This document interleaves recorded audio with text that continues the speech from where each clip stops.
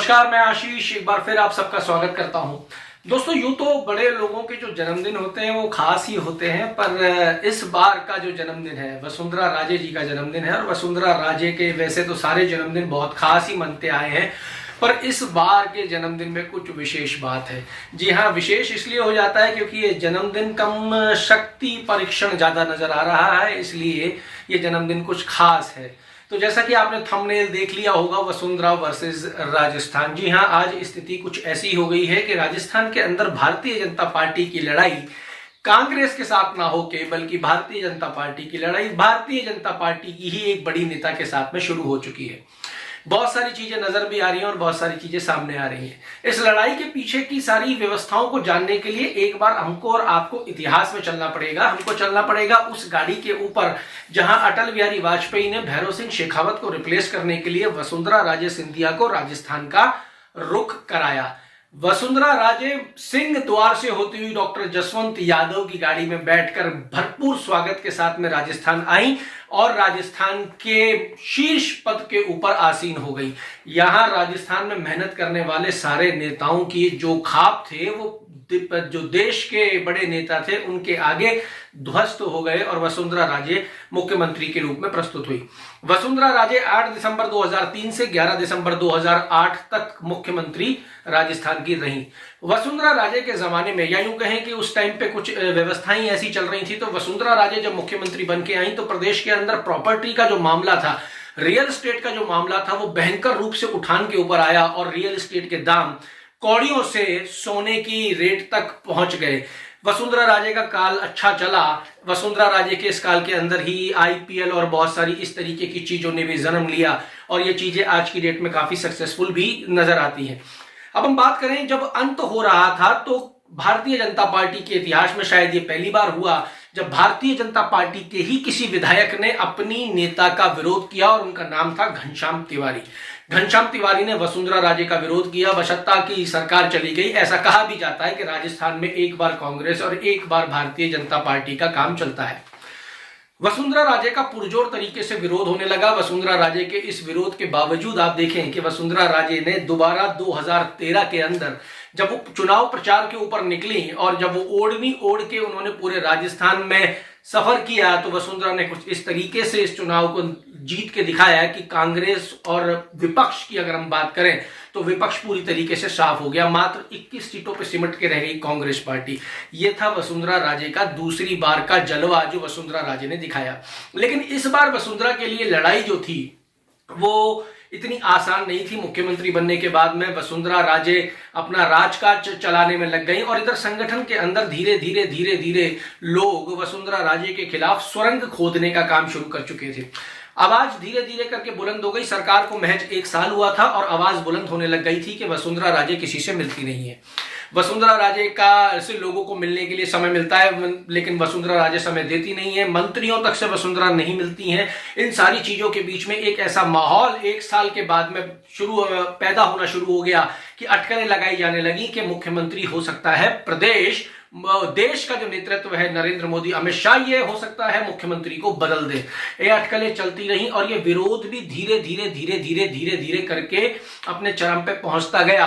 5 साल में ये विरोध बहुत तरीके के साथ में चरम पर पहुंच गया और नारे इस तरीके के शायद आपके भी कानों में आए होंगे, मोदी तुझसे बैर नहीं और वसुंधरा तेरी खैर नहीं। इस तरीके के नारों के बीच में जब भारतीय जनता पार्टी विधानसभा के चुनाव के लिए 2018 में मैदान में आई तो जो विरोध था वो पुरजोर था। और ये विरोध किसी और का नहीं, ये विरोध भारतीय जनता पार्टी के अंदर से ही निकल के आ रहा था, क्योंकि भारतीय जनता पार्टी के अंदर कहीं ना कहीं कई लोग अपने आप को मन ही मन में मुख्यमंत्री का दावेदार मान चुके थे या मान रहे थे।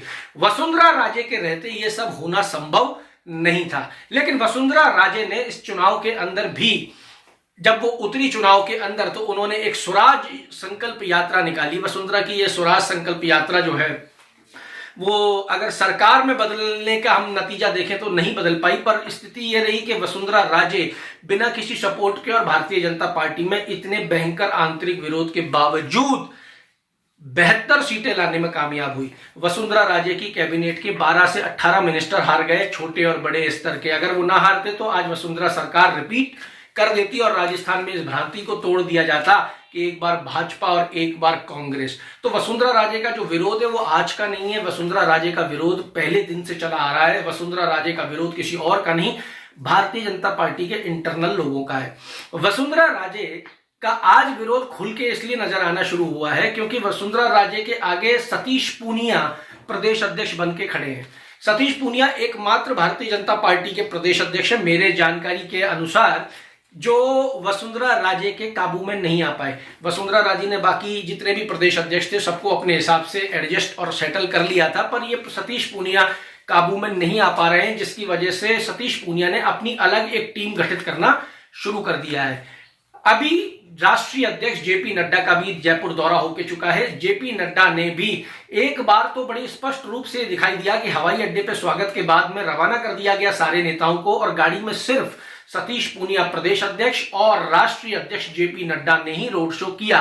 कहीं ना कहीं वो स्थिति कुछ और दर्शा रही थी, पर मंच पे जब जेपी नड्डा पहुंचे और मैडम की जो चेहरा था वो बता रहा था कि मैडम की नाराजगी है, उस नाराजगी को ध्यान में रखते हुए अंततः कार्यक्रम खत्म करने से पहले, कार्य समिति की बैठक को खत्म करने से पहले जेपी नड्डा को मैडम के साथ आकर मैडम का हाथ हवा में उठाना ही पड़ा। यह है वसुंधरा राजे का एक अपना व्यक्तित्व।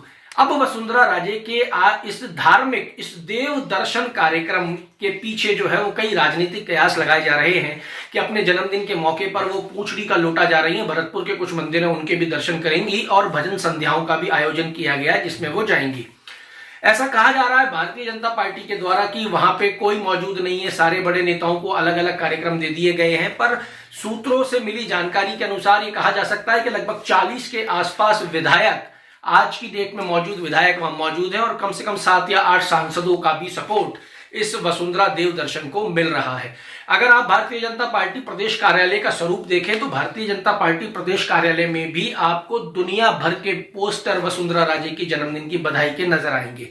वसुंधरा राजे जब जेपी नड्डा से मुलाकात करके दिल्ली से रोड के रास्ते जयपुर आ रही थी तो रास्ते में वसुंधरा राजे का कई जगह स्वागत किया गया और उस स्वागत के अंदर सिर्फ वसुंधरा खेमे के लोग नहीं थे बल्कि वसुंधरा के विपक्षी खेमा यानी कि संगठन से जुड़े लोग, जिला अध्यक्ष स्तर के लोग भी उस स्वागत के अंदर मौजूद थे।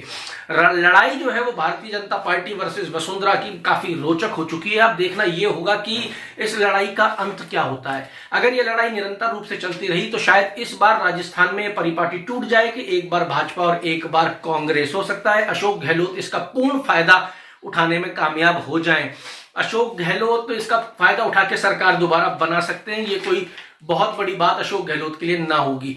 लेकिन अगर वसुंधरा को मैनेज ना किया गया तो भारतीय जनता पार्टी किस तरीके से सत्ता में आएगी, ये सारी चीजें बड़ी ही रोचक हैं, देखने लायक हैं। बशर्ते कि मैडम का जन्मदिन है, मैडम को जन्मदिन की बधाई देते हैं। मैडम के लिए कई सारी बातें चलती हैं, मैडम के विषय में कई चर्चाएं जो है वो गर्म कर दी जाती हैं। लोग ही मैडम से मिलके आते हैं और लोग ही मैडम के विषय में बताते हैं। तो जो चर्चाएं अब देखना ये होगा कि मैडम उन चर्चाओं पर किस तरीके से विराम लगाती हैं, कैसे वो अपने देश के नेतृत्व को मनाने में कामयाब होती हैं या देश के नेतृत्व को झुकाने में कामयाब होती हैं। क्योंकि वसुंधरा राजे का राजस्थान के अंदर अपना एक कद है जिसको नकारा नहीं जा सकता है। वसुंधरा राजे के बिना भारतीय जनता पार्टी राजस्थान के अंदर चुनाव में तो उतर सकती है, पर कहीं ना कहीं वो जादुई आंकड़ा जो सरकार बनाने के लिए चाहिए वो मिलने में कठिनाई हो सकती है। क्योंकि वसुंधरा राजे का अपना एक वर्चस्व रहा है राजस्थान के अंदर और वसुंधरा राजे ने अपनी एक लॉबी जो है वो बड़ी मजबूती के साथ में तैयार की है और वसुंधरा के पास भी विश्वसनीय और वफादारों की कमी नहीं है। बड़ा ही रोचक है राजस्थान का ये मुकाबला। खैर, वसुंधरा जी को जन्मदिन की बहुत बहुत शुभकामनाएं।